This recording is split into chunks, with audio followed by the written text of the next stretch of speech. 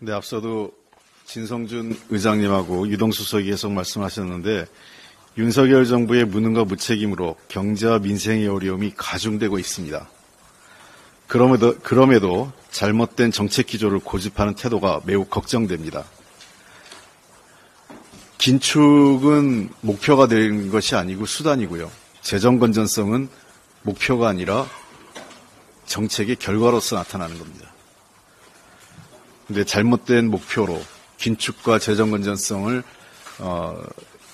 금과옥저처럼 고집하면서 그로 인해 경제 성장률도 낮아지고 민생 파탄 그리고 국민들이 피해를 보고 있습니다. 더 심각한 것은 우리의 미래가 잠식당하고 있다는 것입니다.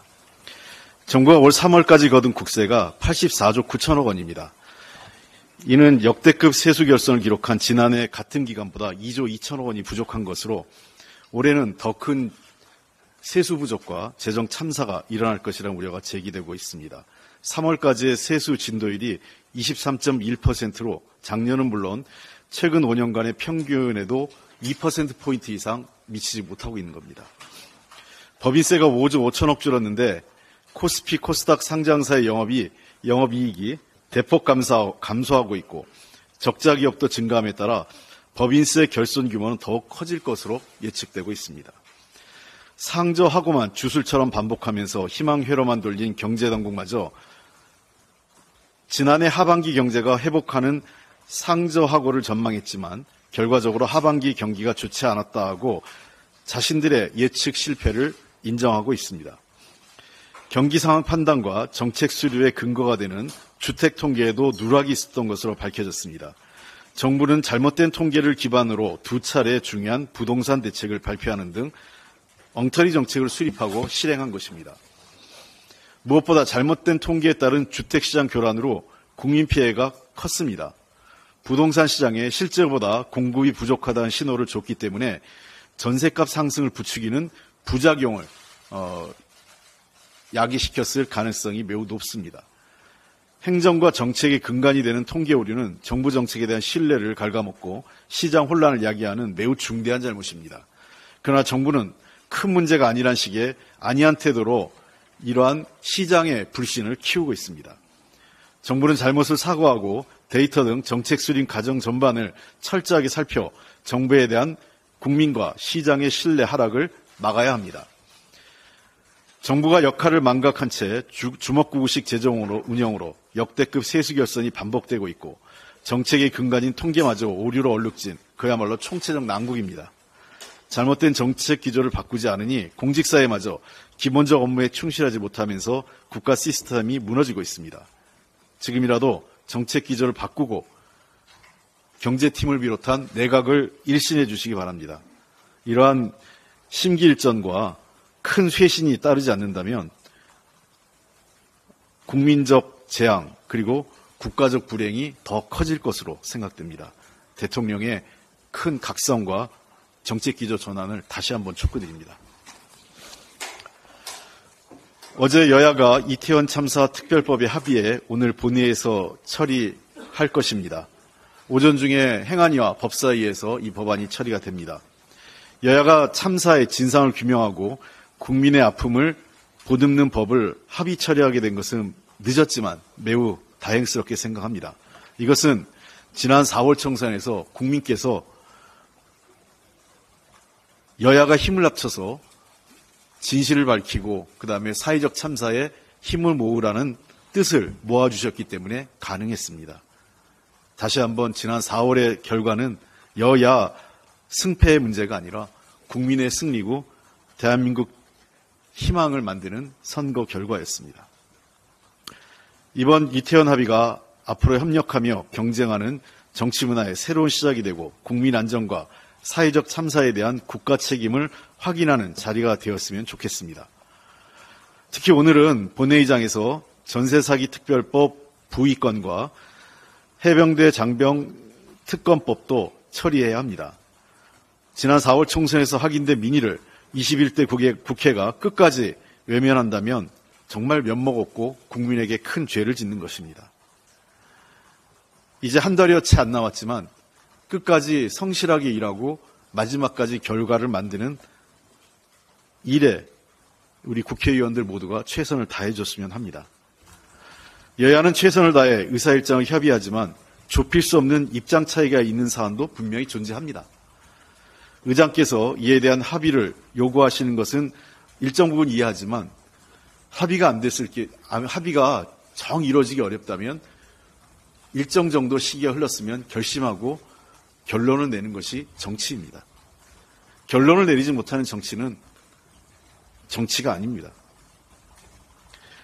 국민적 요구인 해병대 장병 특검법에 대해 여당은 정쟁법으로 규정하면서 무조건 반대하고 있어 합의의 여지가 없습니다. 그럼에도 이를 계속 합의하라는 것은 사실상 쉽지 않은 일에 의장께서 너무 많은 이 에너지를 소비하도록 하는 것입니다. 도리어 해병대 장병 특검법이 오늘 본회의에서 처리된다면 앞으로 남은 기간 동안 도리어 민생 법안에 대한 여야 합의가 더 원만하게 이루어질 것으로 저는 판단하고 있습니다. 여야가 합의된 것은 합의된 대로, 합의가 어려운 사안에 대해서는 국회법이 정하는 절차에 따라 처리할 수 있도록 하는 것이 의장님의 역할이고 그게 국회법에 따른 일 처리 방식입니다. 정쟁하고 대화하고 협의하고 때로는 합의하고 그런 모든 것을 거쳐서 일정 기간 내에 결과를 만드는 정치가 자리 잡았으면 좋겠습니다. 오늘은 제가 원내대표로서 참석하는 공식 회의는 내일까지 있습니다만 제가 주재하는 회의는 오늘이 마지막인 것 같습니다.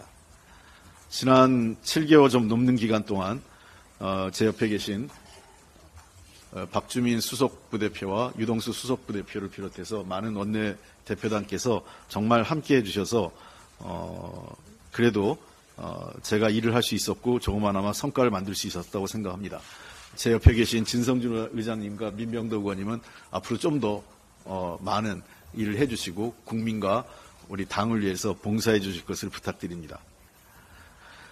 모든 일의 원칙과 기준이 되어주신 국민과 당원 여러분, 그리고 힘을 모아주신 이재명 당대표님과 당 지도부, 그리고 주요 당직자분들, 그리고 우리 당의 많은 당직자, 실무에서 일해주신 모든 분들께 다시 한번 감사드립니다.